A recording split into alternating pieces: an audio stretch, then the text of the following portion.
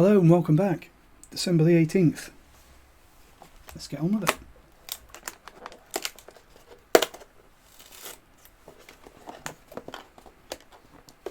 So what have we got left now then? About 8 drams left. We've had some really good ones. Almost all of them have been at least good. Kind of, yeah, apart from 2, I would say. Not naming any names. I think that everything has been at least at the good end of adequate.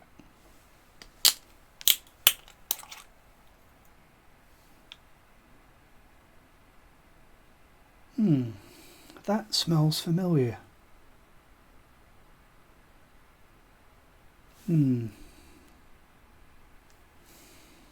Let's freshen that glass up a little bit. Bring that out as well. I'm using my English Whisky Company water jug, my glass water dropper. You might have also noticed that I'm reusing glasses sometimes as well. Save on the washing up a little bit when I'm only having half a dram at a time.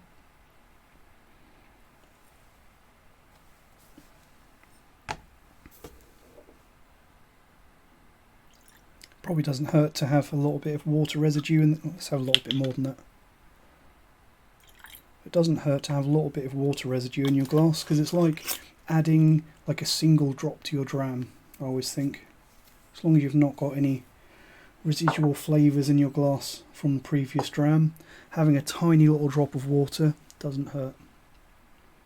Not a huge fan of adding too much water, but like a single drop, which is probably what you get from a slightly damp rinsed glass, can actually help to open things up.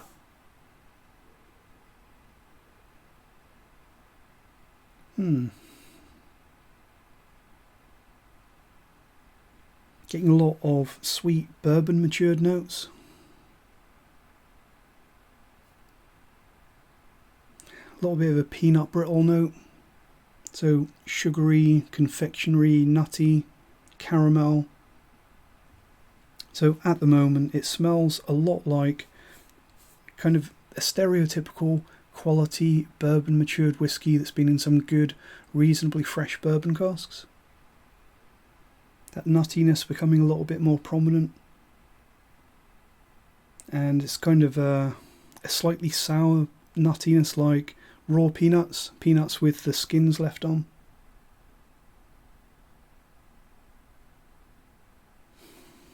A little bit of fruity maltiness, but really the main flavours I'm getting on this are like fresh, sweet bourbon casks, and that nuttiness, and obviously that nuttiness is something that can come from bourbon casks as well.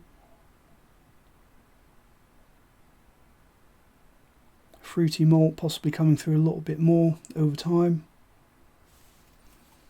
I can do better than that. Where are my watch glasses?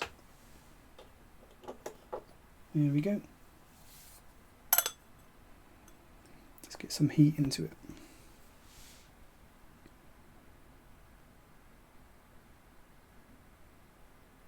Don't need much, just a few seconds, or there's probably, if I've edited this and put a cut in, it's probably only been about 30 seconds in there. You're already getting condensation on the walls of the glass there, so that tells you that heat has done its job and it's starting some evaporation, getting some more flavours into the air, some more aroma out of the whiskey.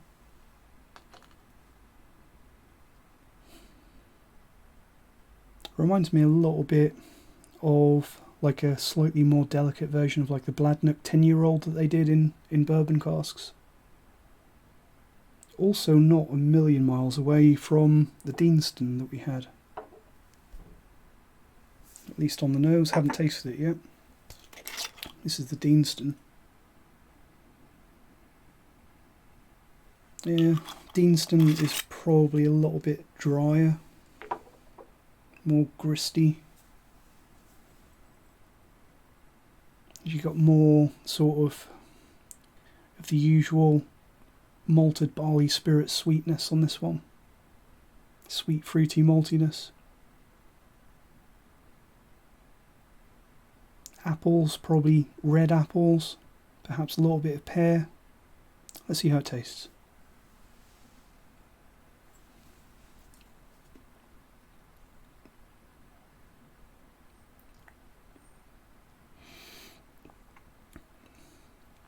So that's a bit of a surprise. Quite thin on the palate. Very underwhelming. So I think this is probably a lower strength whiskey. And that's always the problem that I have with these low strength whiskies, that they smell great, because low strength doesn't necessarily hamper the aroma that much, but when you get to the intensity on the palate, it's just not there.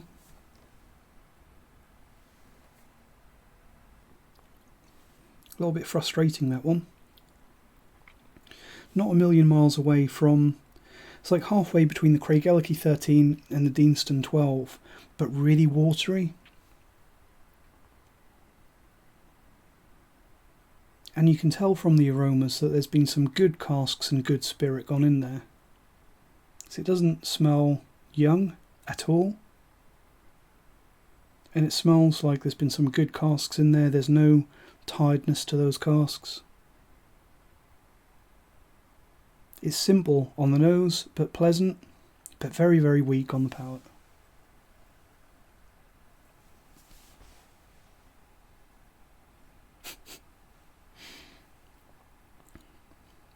Sometimes if you get a very low strength whiskey, it can help if you just take a slightly bigger sip.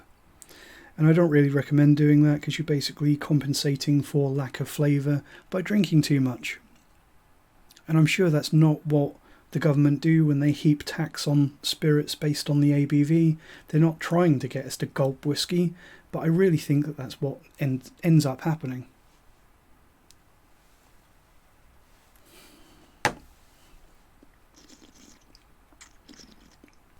Just drawing some air through the whiskey there, aerating it, trying to get some more flavour. If you try hard and put some heat into it and give it some air and take a slightly bigger sip than you otherwise would, then it does remind me a little bit of the flavours on the Craigellachie 13. Probably drawing some air through it is closer to the Craigellachie, bloody hell, 13 than the Deanston 12. But it's in that kind of ballpark in terms of flavour profile. But because of how weak that is on the palate, that's going to be a fairly low score.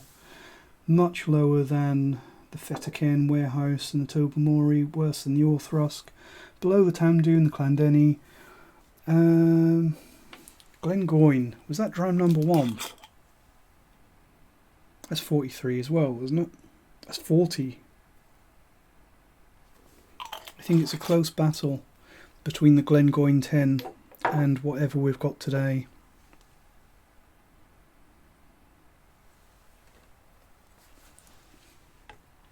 I do think it's better than the Tamnavulin and the Jura, and I'd say it's a very good match quality wise for that Glengoyne 10.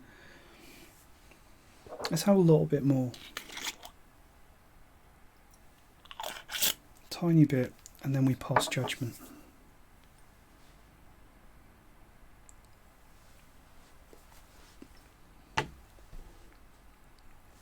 Because it's got that fresh, slightly Speyside, Glenfiddich-y, Craigellachie-ish profile, I do think I like that a little bit more than the quite caramel fudgy profile of the Glengoyne 10. So I think that's going to go 4 from the bottom, above the Glengoyne. So what have we got? Ancnoc from Tamdhu Distillery. So it's the Ancnoc 12-year-old, so that's their entry-level product, which is 40%. And that low strength explains a lot as to why this whiskey smells not amazing, but pretty good, but it's just so watery and just lackluster on the palate unless you take big sips and really hold it on your tongue.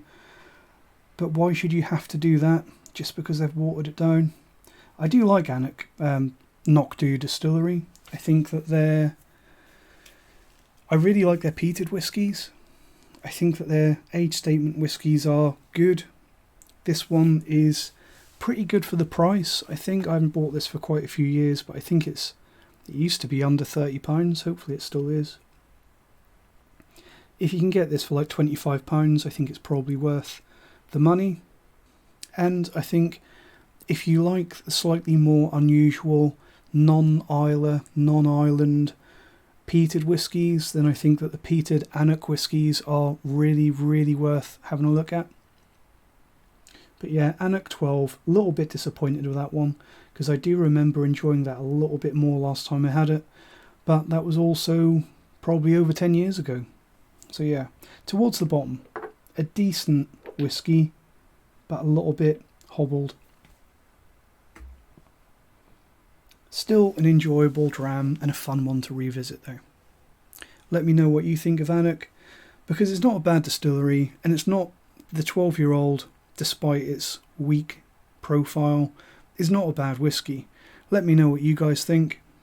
Thanks for watching. I'll see you tomorrow. Cheers.